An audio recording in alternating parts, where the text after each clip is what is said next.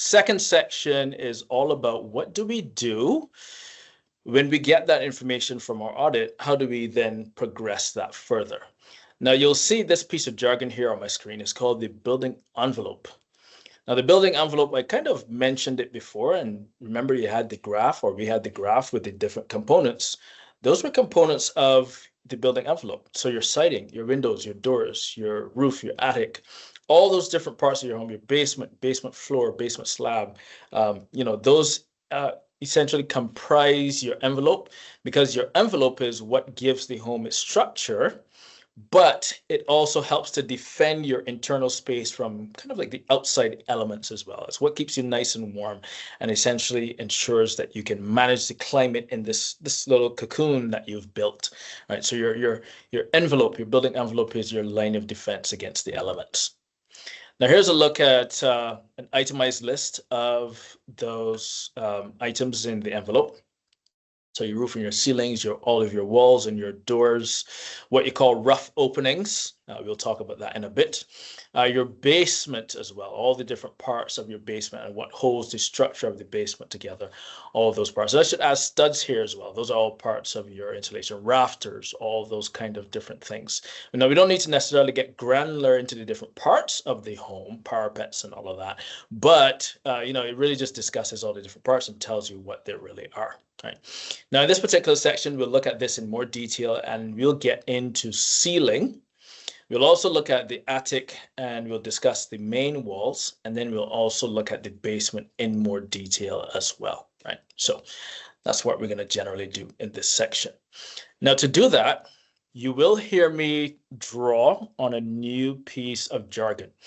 And that piece of jargon is the R value, or the RSI value. You might have even heard it at your local hardware store in conversation. You might have heard it somewhere. You might not even be sure where you've heard it. But what it is, the R value or the RSI value, it's how well a piece of a material can insulate. So let's say, for example, I take this piece of material and wrap it around my finger. If it insulates my finger very well and keeps it nice and warm, it has a high R value. But if the coal is still penetrating and it's not really doing much, that has a very low R value. So the R value here really talks to how well a material can insulate, how good can it do that job. All right, so that's what you'll hear me discuss in this section mostly. And you'll also hear me talk about air changes per hour, which is really just a measure of how drafty a home is as well, how airtight it is. All right.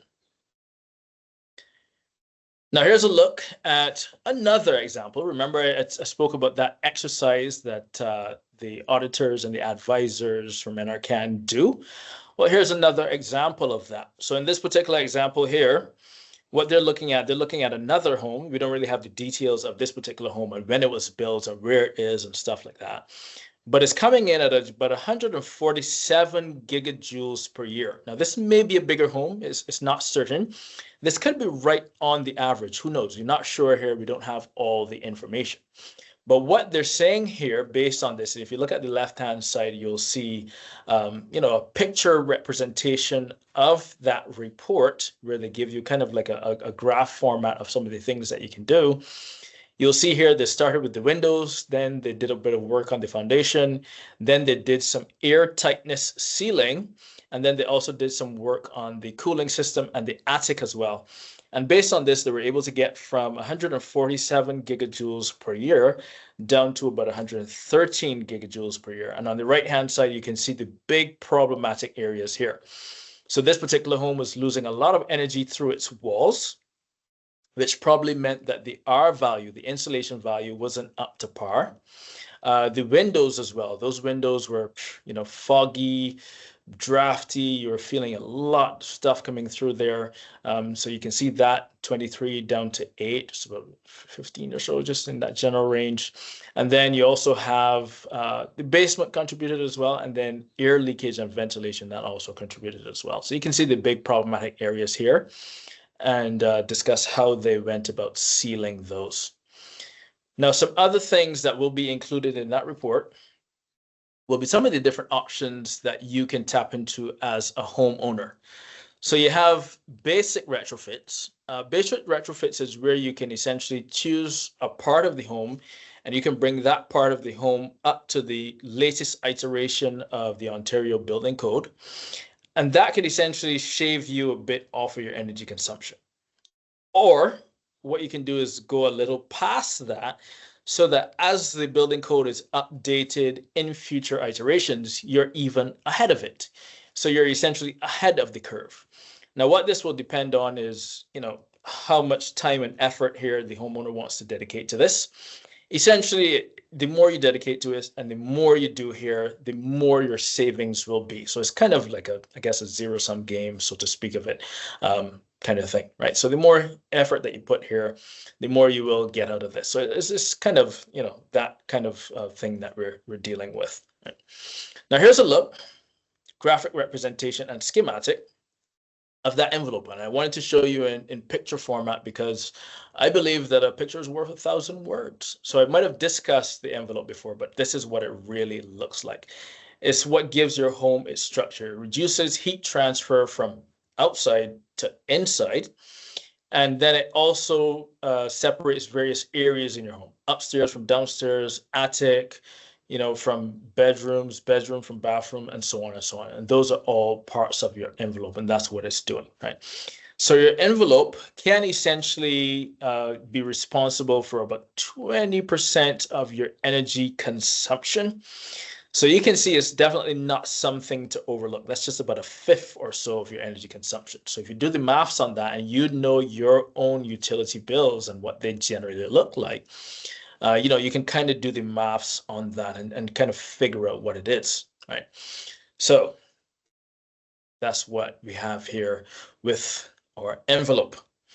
Now, the good news with envelope is that even if it's not up to par, we have a number of different insulation options, and we'll get into these in just about 3 or 4 slides. But another thing that you can do as well is if you do any air sealing is relatively easy to do. And when I say air sealing, I'm talking about caulking all the various areas that need to be caulked, like your window frames around your doors. You can also buy thermal protection kits, thermal performance kits. You can buy those from any local hardware store. What it really is just a specialized rubber seal that goes into your door or goes to the base of your window to essentially stop airflow coming in. So if you look at the image that I have on the left-hand side, it's just a little, you can actually install this with screws and whatnot as well. So you have various kits that you can install at the bottom of your door so that when you push that door into its frame, you actually hear that seal engage. It makes that kind of a noise, and essentially it helps to reduce the air coming through that door as the wind blows towards it, right? Sometimes if you're standing by a door, let's say if you lean your shoulder up on a door or something like that, sometimes you can actually feel air coming in through the frame, like this one here behind me, right? You can actually feel some air. But, I added a thermal protection kit there, and it essentially stopped that problem. So this is something that you can use as well. And this is something that can be very helpful. And if you think you have any performance issues with your home, this is where you can start and then kind of go from there. Now, this image that I have on the middle, top middle here, this is an example of a home that I did. And you can see here in this particular example, there's a pretty huge gap between the window and between the actual wall here. And there's very little insulation in there. So this was a gap that was very drafty. You could actually feel some air coming through there. So those are, things that you would want to make sure are sealed up. Where your window sits in its frame, you also want to make sure that's sealed up as well. All these various things, right? So there are a number of different areas around your frame that you target and make sure that those are performing well. Now, the good thing here is there's another program that works in tandem with the Greener Homes program. This program, is called the Home Renovation Savings Program, and that one is delivered by Enbridge. They're both delivered by Enbridge in tandem with NRCan. It's a partnership. And essentially under the Home Renovation or HRS program, any air sealing that you do, once you get those audits, you can get up to $250 back. Now, this may sound like a pretty small sum, But remember, caulking is $20, $30, $40 at your local hardware store. The sealing kits are another 20 or so dollars. So it's not necessarily something that's very high cost. It's something that's relatively lower cost, right? So in this particular case, the rebate matches that. And remember, it says up to. Doesn't guarantee that you'll get $250 back, but you can get up to $250 back, right? So, just some things there to be mindful of and to look out for and to ask questions as well as you're going through this. They have a great website and a great platform that is pretty helpful. Now, some specialized home applications here that you may have. You may have a flat roof.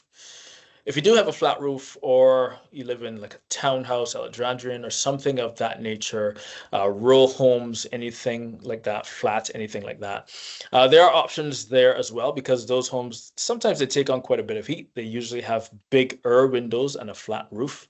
What would be done with the roof usually you'd essentially install like a thin film of either mud or gravel on the actual roof itself. And what that would do is that would essentially break, the sun's energy from getting onto that roof and kind of warming it up every day. And it also helps with the lifespan of it as well, right? So that's one of the things that's particularly useful and particularly helpful there.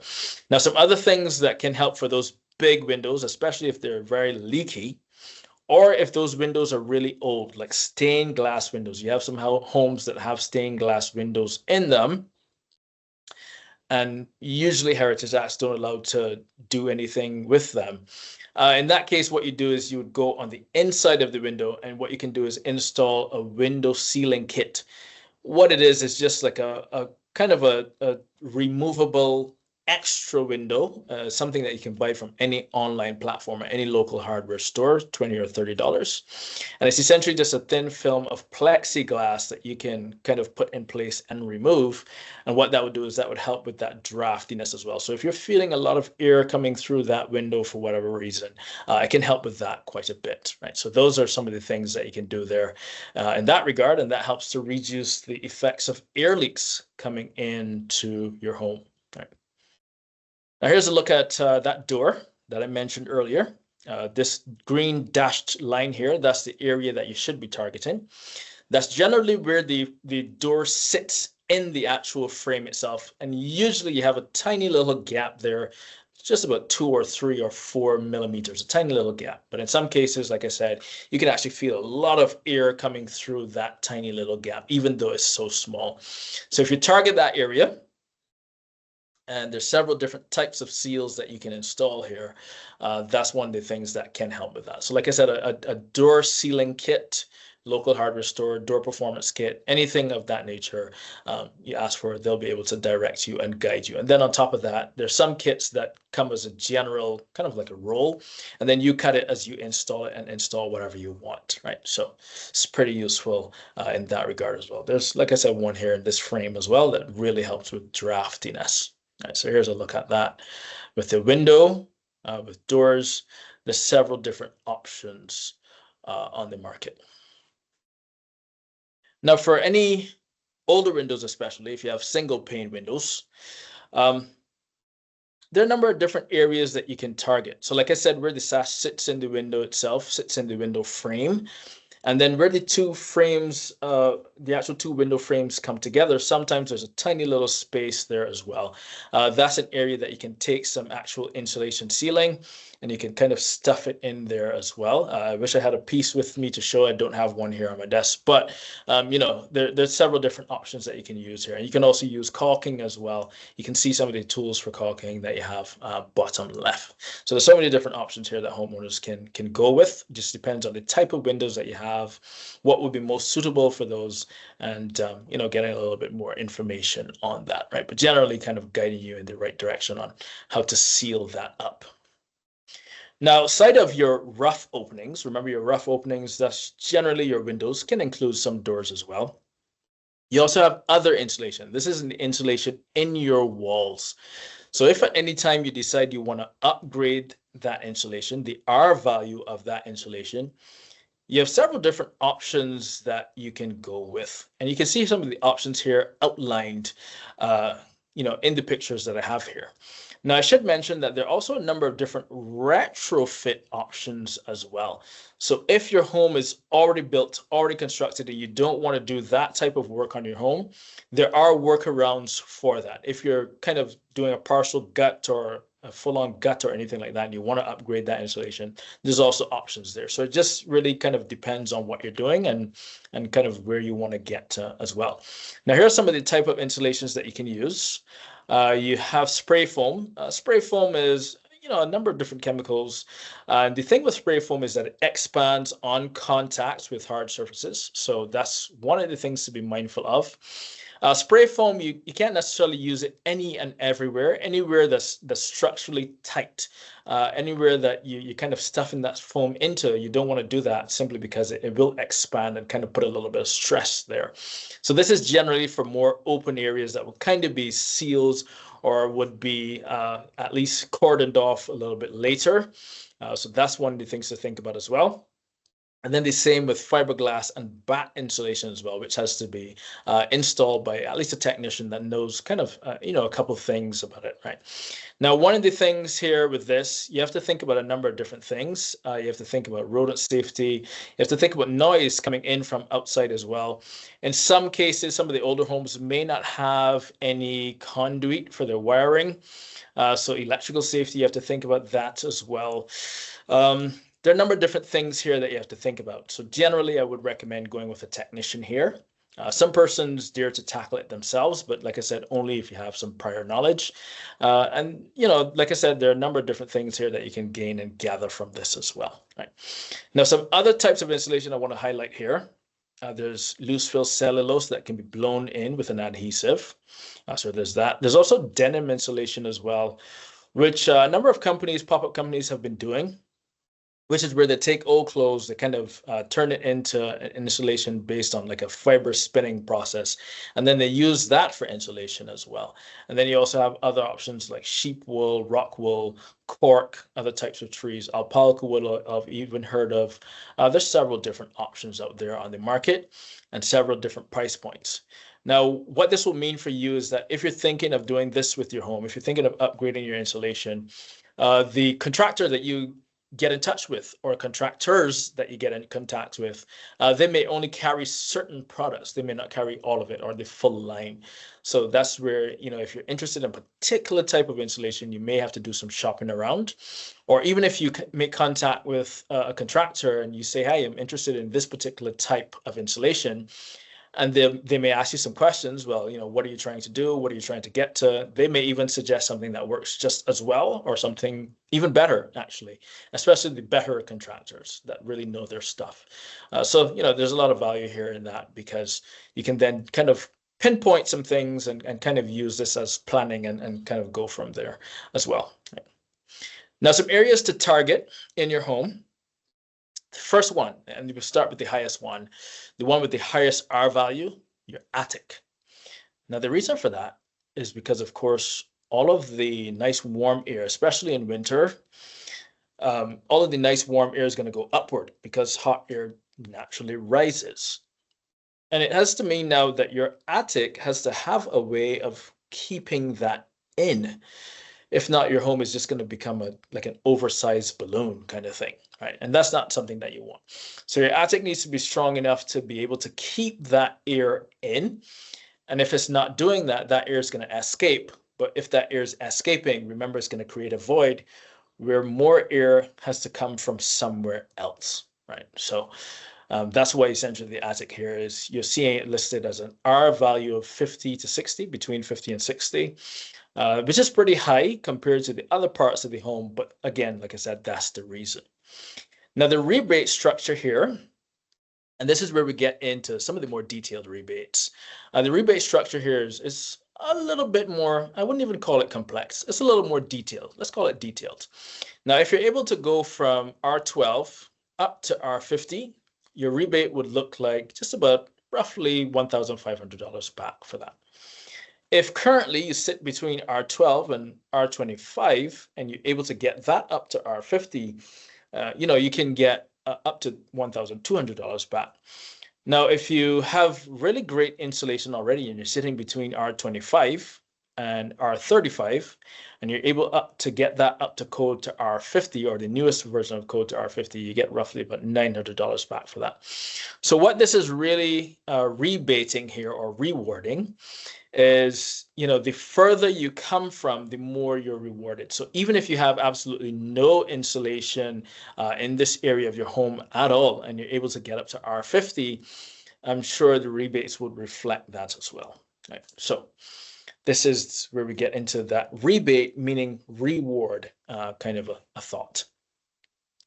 Now your walls, and these are your above grade walls, not your basement walls, just all the other walls in the home.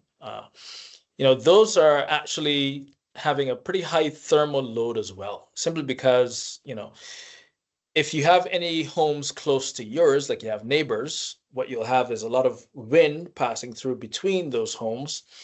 And that also impacts your home and how it performs as well.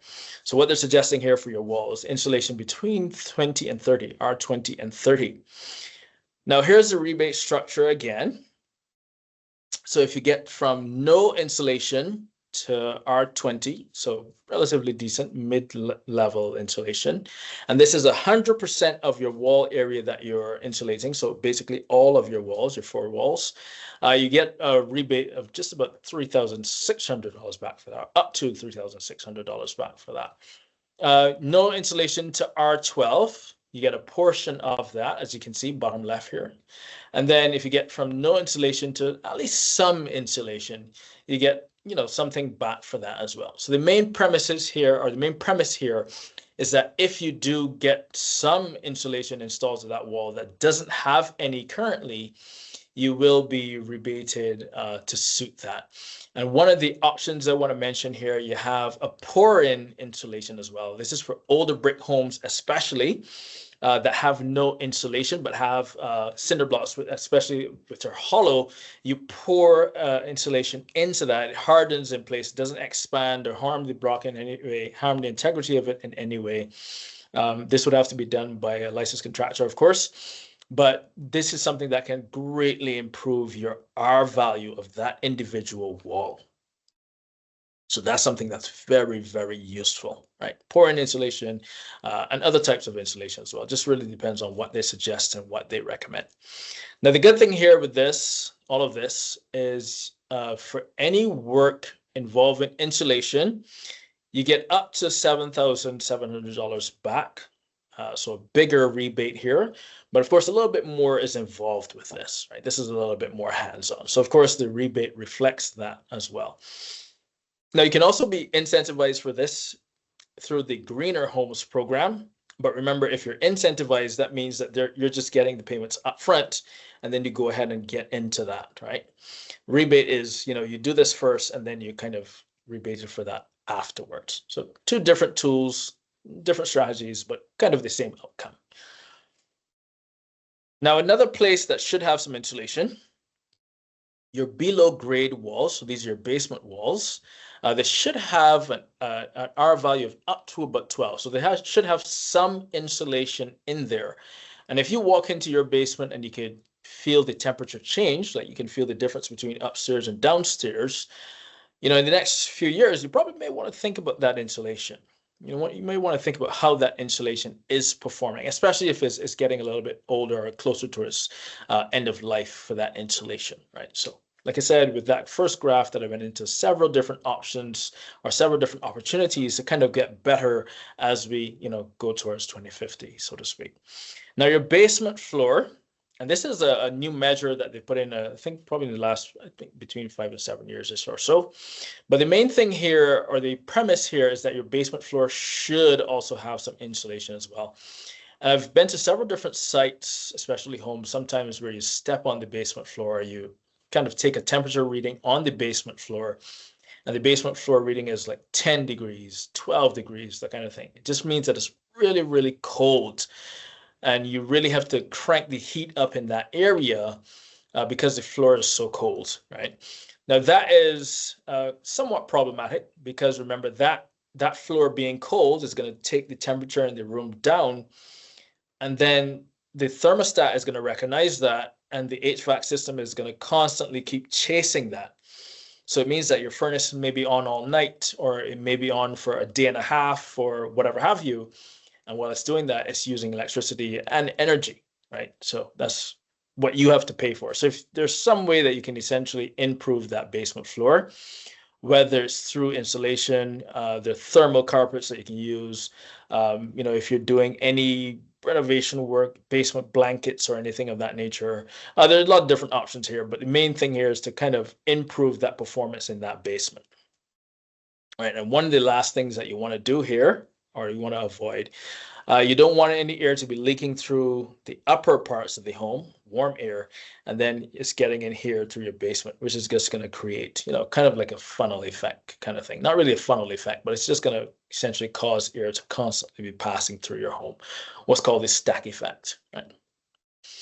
Now, this particular area here, if you're able to get from no insulation, this is the basement floor, to at least R20-ish, in that general range, you get a rebate of up to $300 back. And this is, of course, if your basement meets certain requirements. So it has to be more than 11 square meters or 120 square feet in area, right? So, of course, kind of a little bit of space to work with instead of the smaller basements, right? So that's one of the requirements that need to be met here. Right. Now, the good thing with all of this is attic upgrades can save you between, I would say, 10 and 15% on energy. Your wall performance can be between anywhere 30 to 40%. So you're kind of getting up there. And then your basement improvements can gain you, I would say, between 35, 45, almost 50 in some cases, percent improvement, right? So a lot of room here for improvement, lots to be had. And that's something that can be very useful as well. Right. Now, that ends off our second module 1A. That's really about what we do with that information coming out of our evaluation. How do we, synthesize that information and actually make it mean something for us, right? So that's what that section was all about.